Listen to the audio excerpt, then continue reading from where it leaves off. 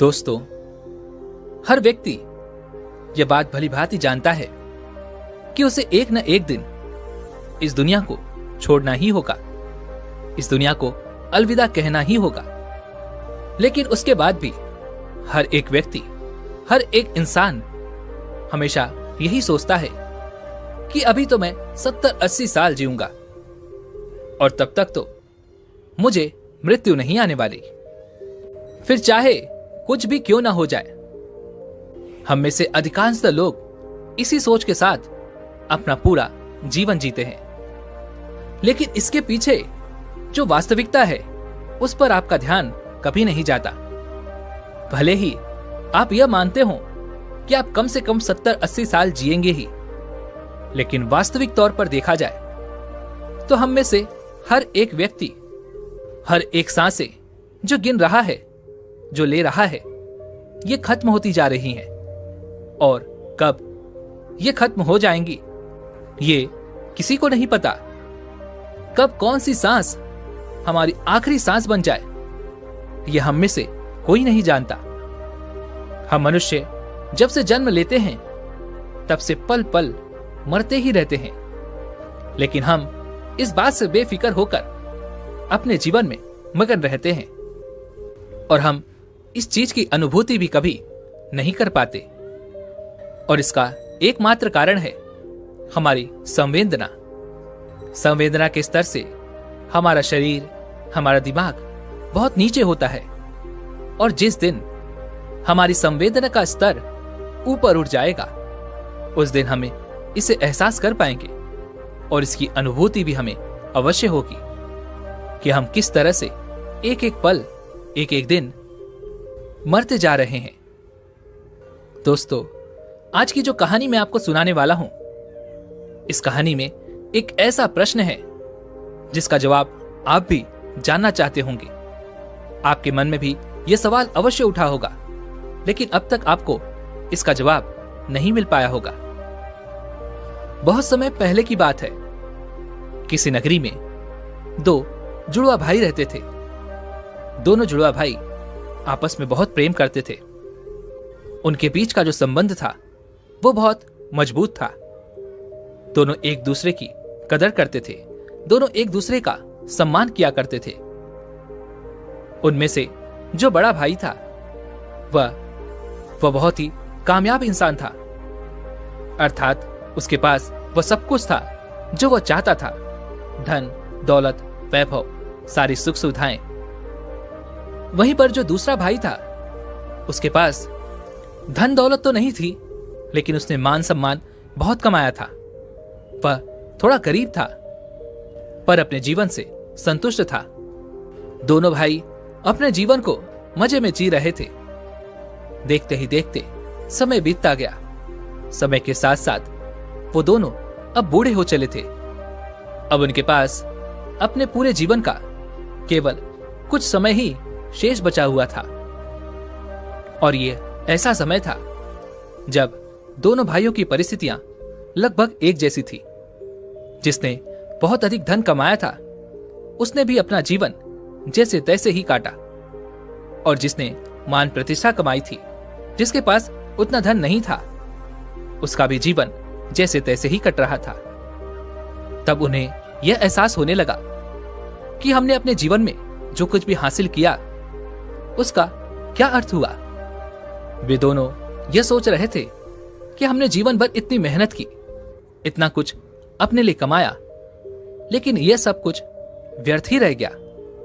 जिस कारण वे लोग बहुत परेशान रहने लगे थे और अपने जीवन की इस यात्रा को खत्म करने से पहले वे अपने सभी सवालों के जवाब जानना चाहते थे। एक दिन बड़े भाई के एक मित्र ने जब अपने मित्र को बहुत उदास देखा तो उसने उससे उसकी उदासी का कारण पूछा। तब उसने अपनी सारी आप बीती अपने मित्र को बता दी। इस पर बड़े भाई का मित्र कहता है, यहां पास ही में एक बौद्ध भिक्षु रहते हैं। उनके आश्रम में भीड़ लगी रहती है। वे सभी के हर प्रश्न का जवाब देते हैं। तुम वहां पर चले जाओ, तुम्हारे जो भी प्रश्न है वह उसका उत्तर तुम्हें अवश्य देंगे। वह बहुत ज्ञानी हैं, उनकी ख्याति दूर दूर तक फैली हुई है। दूर दूर से लोग अपने सवालों के जवाब जानने के लिए उनके पास आते हैं। तुम भी वहां जाकर अवश्य एक बार अपने सवाल पूछ कर देखो। मुझे यकीन है तुम्हें तुम्हारे सवालों के जवाब वहीं पर मिलेंगे। वह दोनों भाई उन बौद्ध भिक्षु के पास पहुंच जाते हैं और अपने सवालों के जवाब जानने के लिए बहुत उत्सुक होते हैं। जब वो वहां पर गए तो उन्होंने देखा कि वह बौद्ध भिक्षु ध्यान में लीन थे। तो उन्होंने खड़े होकर वहीं पर इंतजार करना उचित समझा। जब वह बौद्ध भिक्षु अपने ध्यान से बाहर आए, जब उन्होंने आंखें खोली तो उन्होंने देखा कि दो वृद्ध उनके सामने खड़े हैं। तब उन्होंने उनके यहां पर आने का कारण पूछा।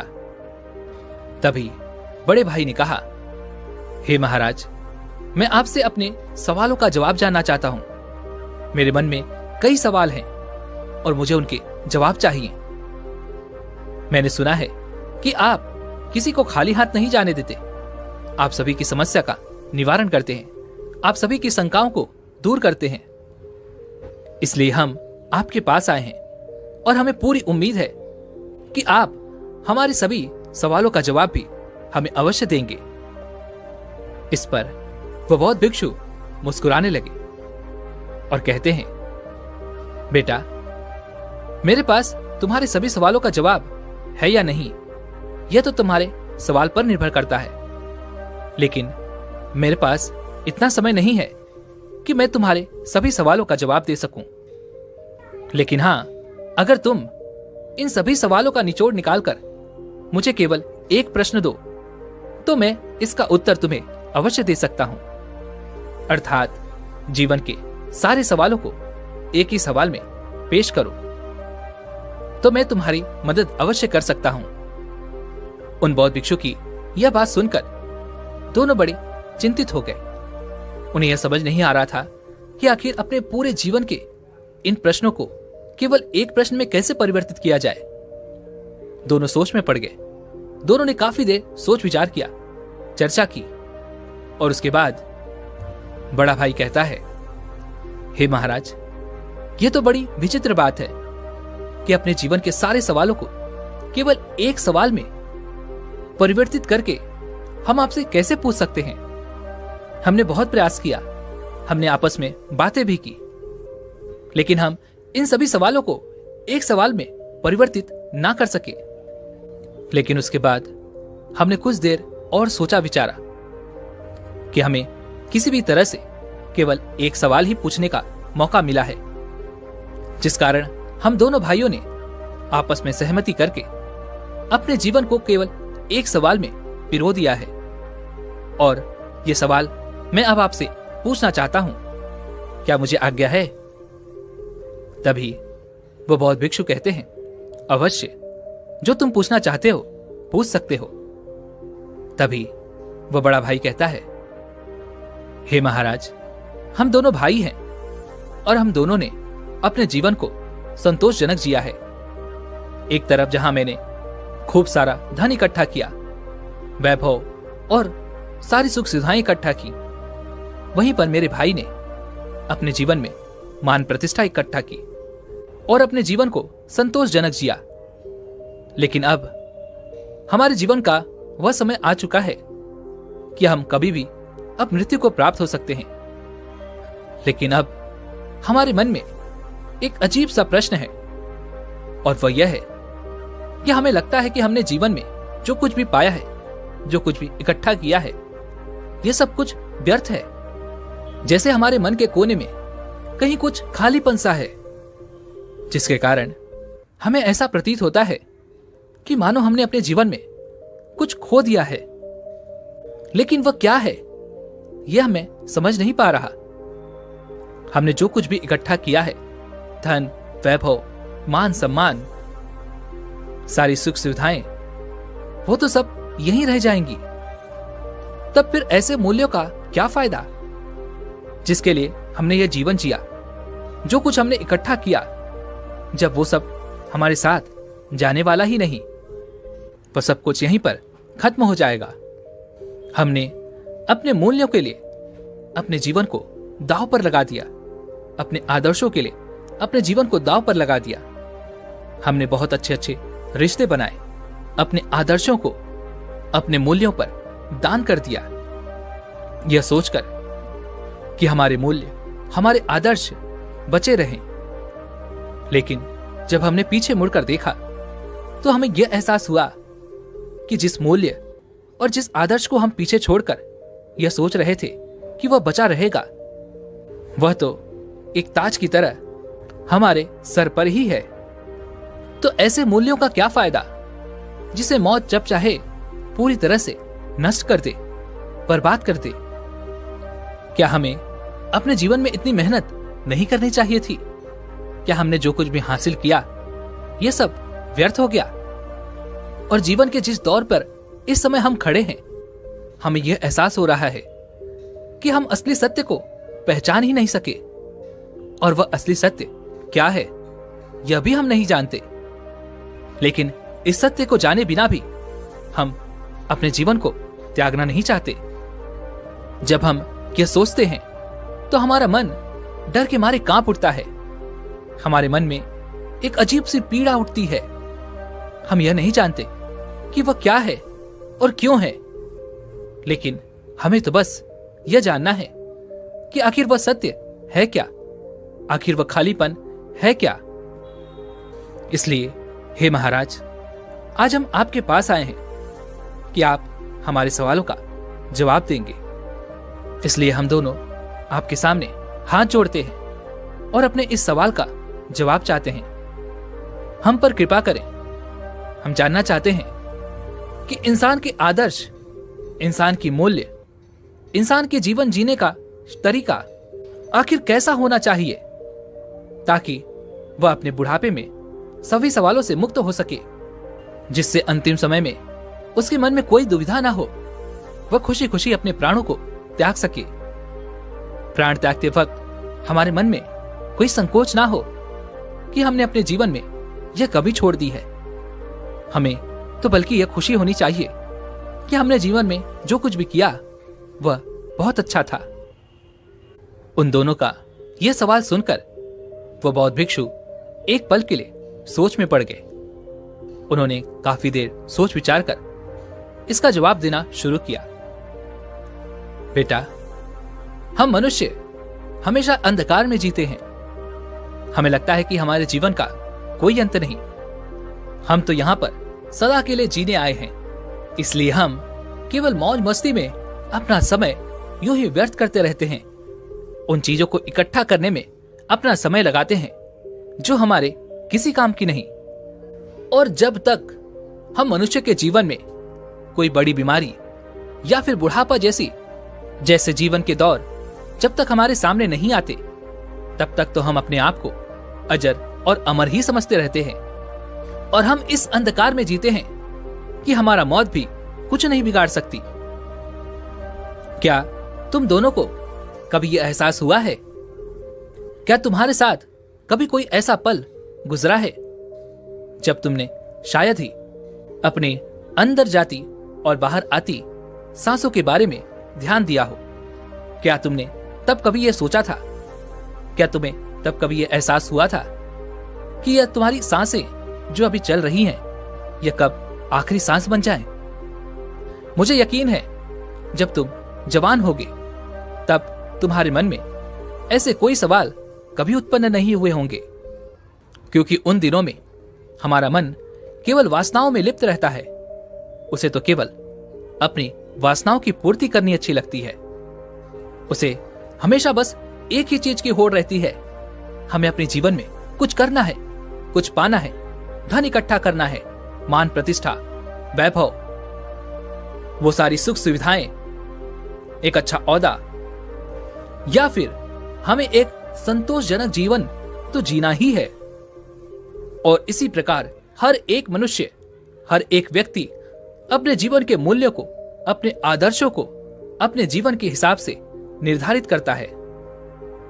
जब तक सब कुछ ठीक होता है तब तक हमारे मन में कभी कोई शंका या कभी कोई प्रश्न नहीं उठता। लेकिन जैसे ही हमारे जीवन में कोई बुरा दौर आता है, कोई विपरीत परिस्थिति आती है, या फिर कुछ अनहोनी हो जाती है, या फिर जब हम किसी गंभीर बीमारी से बीमार होते हैं, या जब हमारे सामने हमारे अंतिम समय नजर आता है, उस दिन हमारे मन में यह सवाल जरूर उत्पन्न होता है कि हमारे जीवन के आदर्शों का, जीवन के मूल्य का आखिर क्या महत्व? क्या हो अगर अभी के अभी मेरे प्राण निकल जाएं, तो क्या मेरे आदर्श, मेरे मूल्य मुझे एक संतोषजनक मृत्यु दे सकते हैं? परिपूर्णता से इस जीवन को त्यागने का साधन दे सकते हैं? और उस वक्त हमें यह भी एहसास हो जाता है, हमारे जीवन के जो मूल्य हैं, जो आदर्श हैं, ये सभी इस जमाने की देन है, जो इस समाज ने हम पर डाला है। और इस बोझ को लिए हम अपना पूरा जीवन इसी तरह से व्यतीत कर देते हैं। तुमने देखा होगा कि हम में से अधिकांश लोग अपने जीवन में मान सम्मान, प्रतिष्ठा और धन इकट्ठा करने में लगे रहते हैं, और इसी प्रकार उनका जीवन यूं ही समाप्त हो जाता है, और उनके जो जीवन के मूल्य हैं, जो जीवन के आदर्श हैं, वो यहीं पर रह जाते हैं। लेकिन यह आदर्श केवल एक मात्र कागज की नाव के समान है, और जब तेज बारिश होती है तो कागज की नाव तहस नहस हो जाती है। जब तक वह इंसान उस कागज की नाव में बैठा होता है और बारिश नहीं हो रही होती, तब तक वो अपने आप को सर्वश्रेष्ठ मानता है, अमर अजर मानता है। वह सोचता है कि मौत भी मेरा कुछ नहीं बिगाड़ सकती। लेकिन जब उसे इस बात का एहसास होता है कि मैंने व्यर्थ की चीजों को इकट्ठा करने में अपना पूरा समय गंवा दिया, अपना पूरा जीवन व्यर्थ कर दिया, तब तक बहुत देर हो जाती है। तब उसे यह भी एहसास हो जाता है कि जिन आदर्शों के, जिन मूल्यों के पीछे मैं भाग रहा था, वह तो एक कंकड़ पत्थर की भांति है। और आखिर समय में उसे यह भी एहसास हो जाता है कि उसने अपने जीवन में कुछ भी हासिल नहीं किया। लेकिन तब तक समय बीत चुका होता है, और हम मनुष्य के हाथों में उस समय कोई समय नहीं बचा होता, क्योंकि मृत्यु दरवाजे पर दस्तक दे रही होती है। और यही विचार इंसान के मन में पीड़ा उत्पन्न करता है, और तब उस व्यक्ति के मन में एक असंतोष की भावना उत्पन्न होती है। उसे लगता है कि उसने अपने जीवन में कुछ भी नहीं किया, जिस कारण उसके मन में एक अधूरापन सा रह जाता है, एक खालीपन सा, जिसके कारण मनुष्य कभी भी परिपूर्णता से मृत्यु को प्राप्त नहीं कर पाता। वह खुशी खुशी मृत्यु को गले नहीं लगा पाता। लेकिन असली सवाल तो यह है कि क्या सचमुच मौत को खुशी खुशी गले लगाया जा सकता है? क्या वास्तविक तौर पर परिपूर्णता के साथ, संतोष के साथ मृत्यु को प्राप्त किया जा सकता है?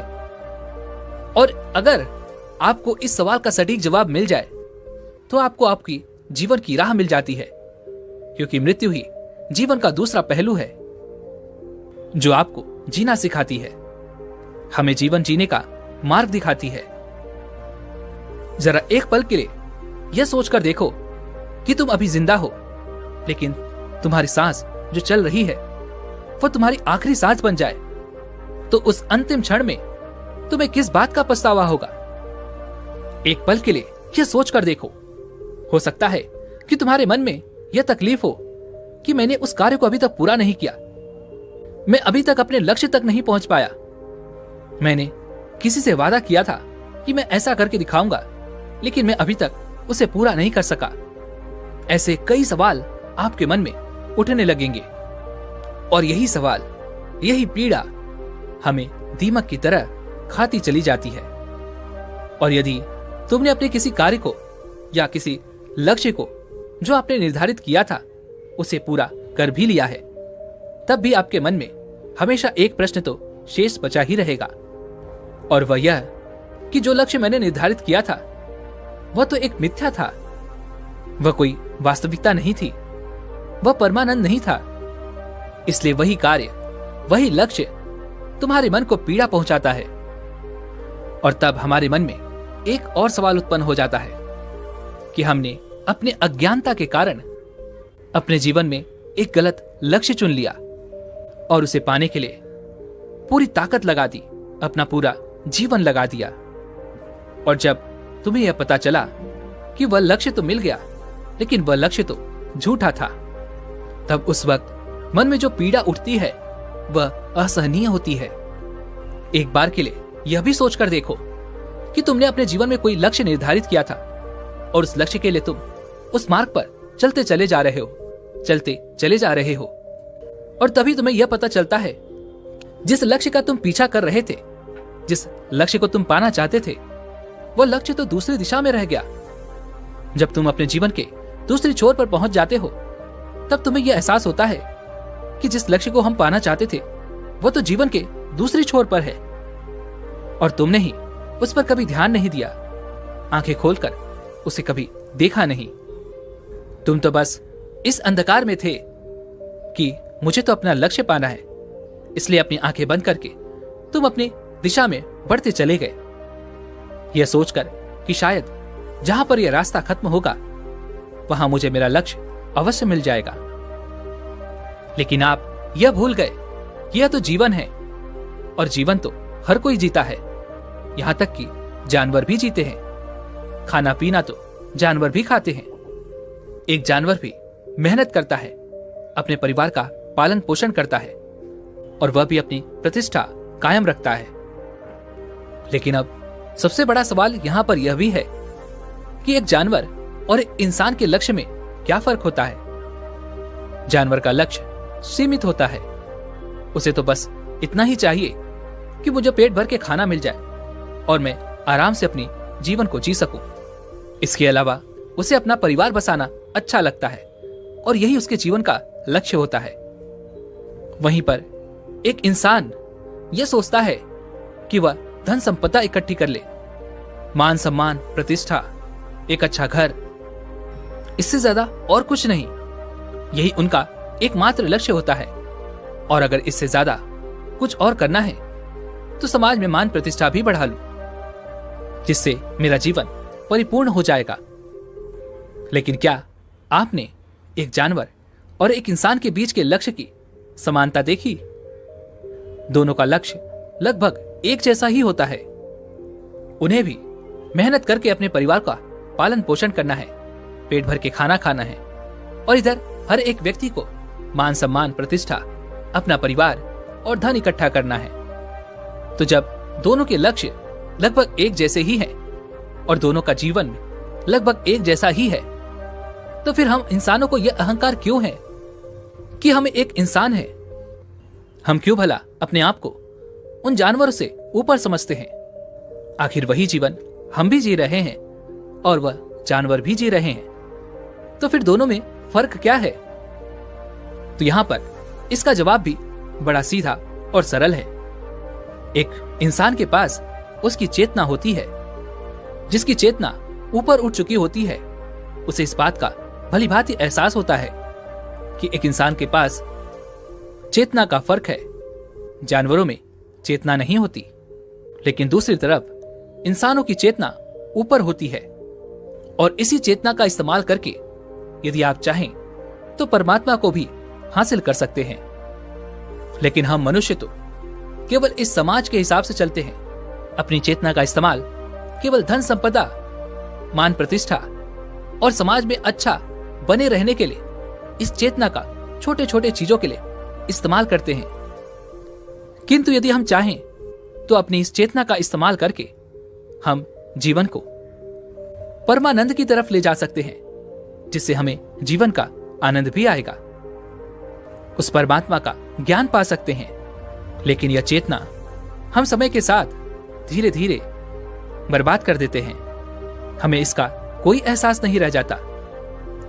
इसलिए जब जीवन का अंतिम समय आता है तो हमारे मन में एक पीड़ा उठती है, हमारे मन में एक तकलीफ रहती है और वही हमें यह एहसास भी कराती है कि जो कुछ भी हमने अपने जीवन में हासिल किया है कुछ कंकड़ पत्थर के समान है।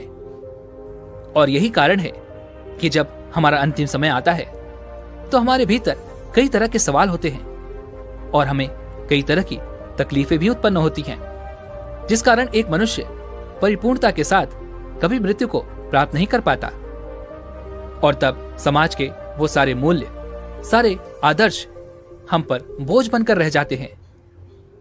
उनका हम पालन तो करते हैं, लेकिन अधूरे चित्त के साथ, क्योंकि वह तुम्हारी खोज नहीं है, यह तो समाज की खोज है और इस समाज ने यह बोझ तुम पर डाला है।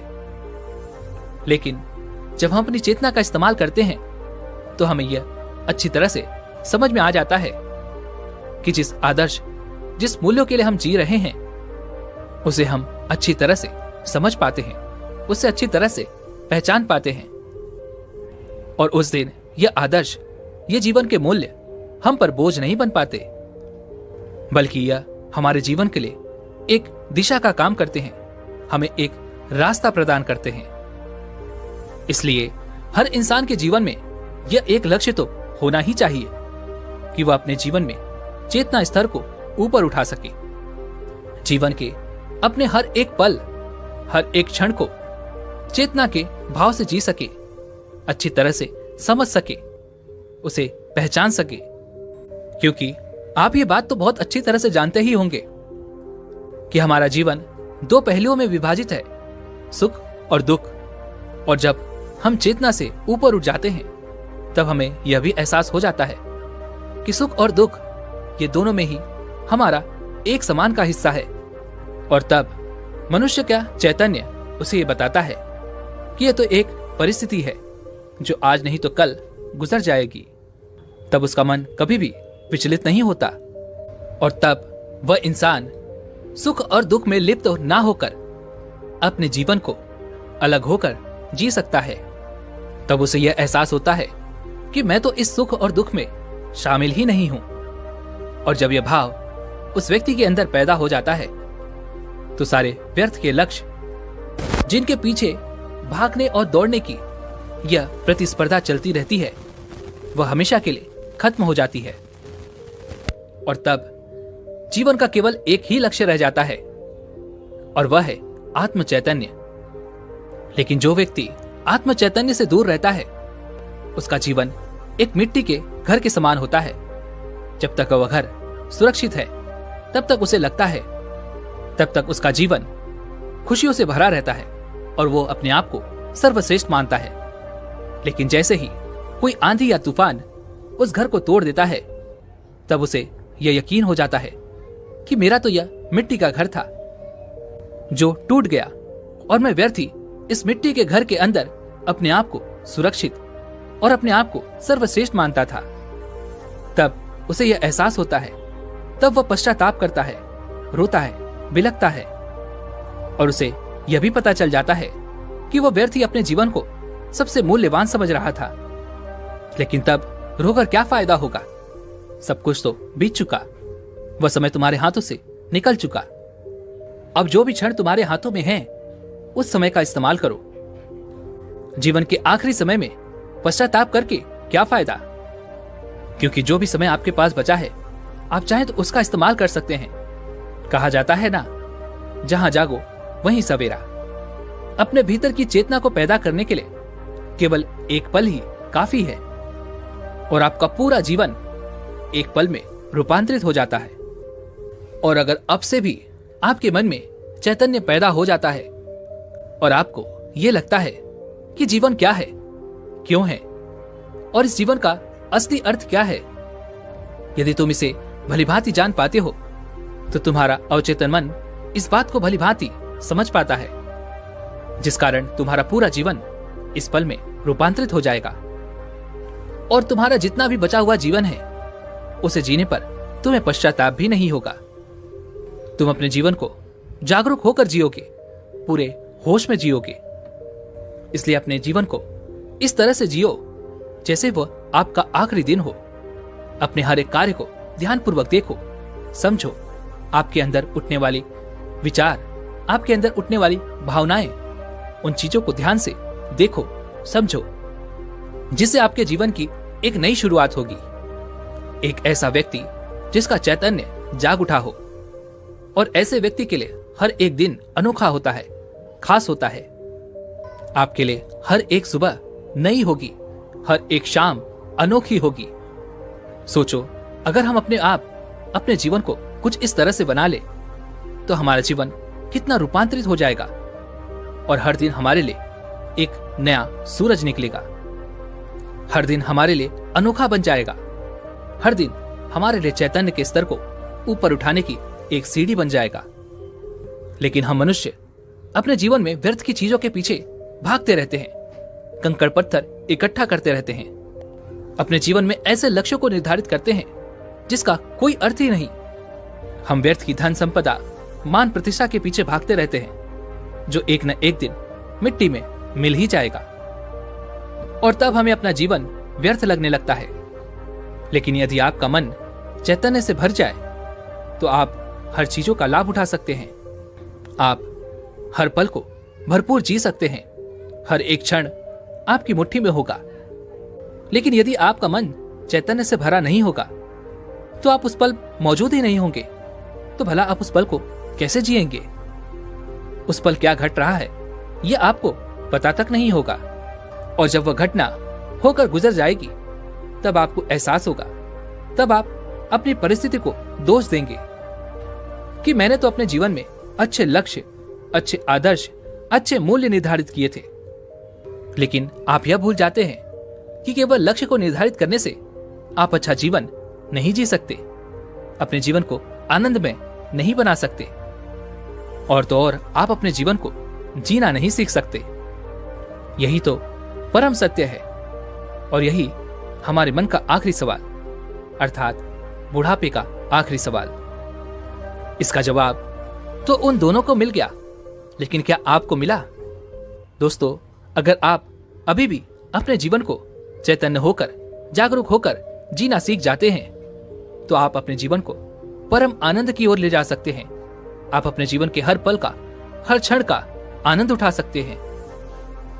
लेकिन अभी भी अगर आप अपने जीवन में चैतन्य को प्राप्त नहीं करते तो इस जीवन के अंतिम समय में आपको भी केवल पश्चाताप ही होगा।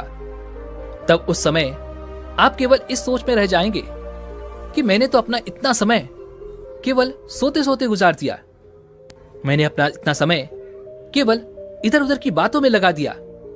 इसी प्रकार के कई सवाल आपके मन में उठने लगेंगे, और तब आपके हाथ केवल पश्चाताप ही रहेगा, क्योंकि आपका वह समय तो बीत चुका है और आप उस समय को वापस नहीं पा सकते।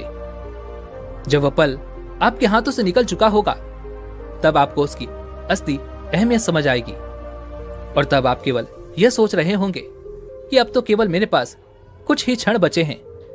तब आप केवल रोते बिलखते रह जाएंगे, लेकिन आपके हाथ कुछ नहीं आने वाला।